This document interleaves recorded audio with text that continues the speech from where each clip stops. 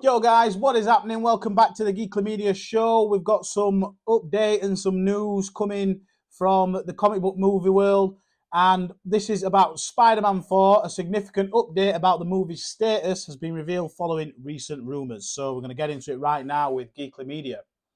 So let's read what it has to say first, and then after that, I'll comment on it and give you my thoughts. So it says here that there's a huge amount of excitement surrounding Spider-Man 4, and that may go with some explaining why so many rumours continue to swirl about Marvel Studios and Sony Pictures' plans for the project.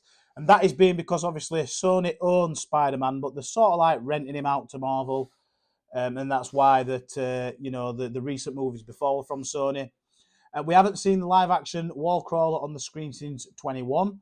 Spider-Man's No Way Home with Tom Holland's break from the character has exactly been a rousing success. He also appeared in Uncharted as well.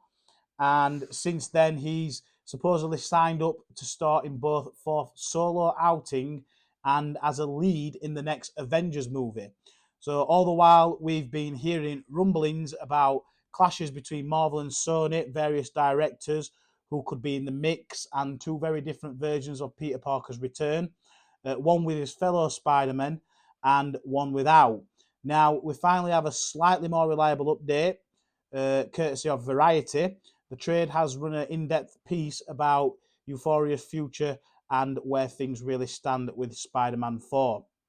And so it says that some believe that the success of, or lack thereof, of Zendaya's upcoming film challenges, which opens April 26, could influence Euphoria's fate, reads the report.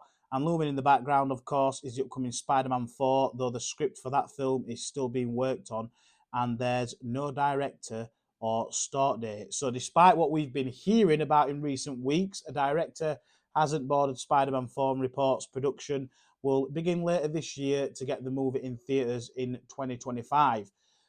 So that's when it appears that that's when they're saying that it might appear in the cinemas. And so I guess they're struggling with Spider-Man staying with Sony or staying with Marvel or going back over to Sony. We know that Marvel and Sony have been in negotiations about this for quite some time. And how do I feel about this? Well, I believe that I would like to see Sony take the lead with it. I'll be honest. Marvel have done almost everything they can with Tom Holland's Spider-Man. I think now it's time to let Sony have a good bash at it.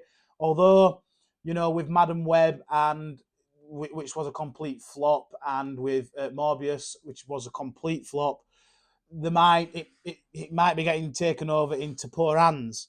But at the same time, Sony do tend to do well with the Spider-Man movies.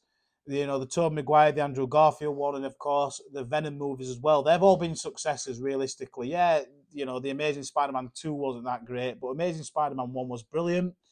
And so I think that they could do something really good with Tom Holland. I think that they should incorporate him maybe with Venom or with a couple of the Spider-Man villains.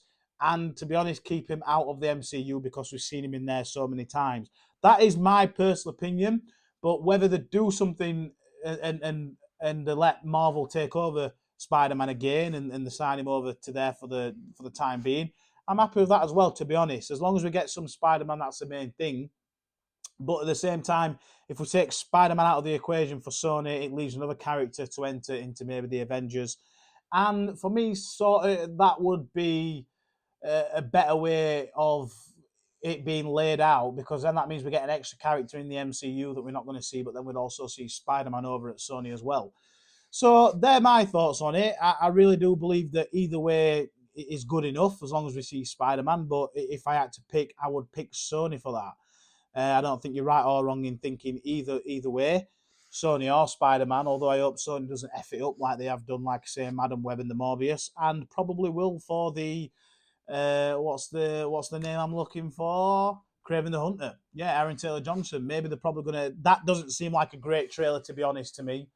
And I've got my fingers crossed for it, but, we'll see on that. So what do you guys think? Do you think that Spider-Man should stay at Sony, or do you think that he should stay at Marvel, or stay at Marvel and move back over to Sony?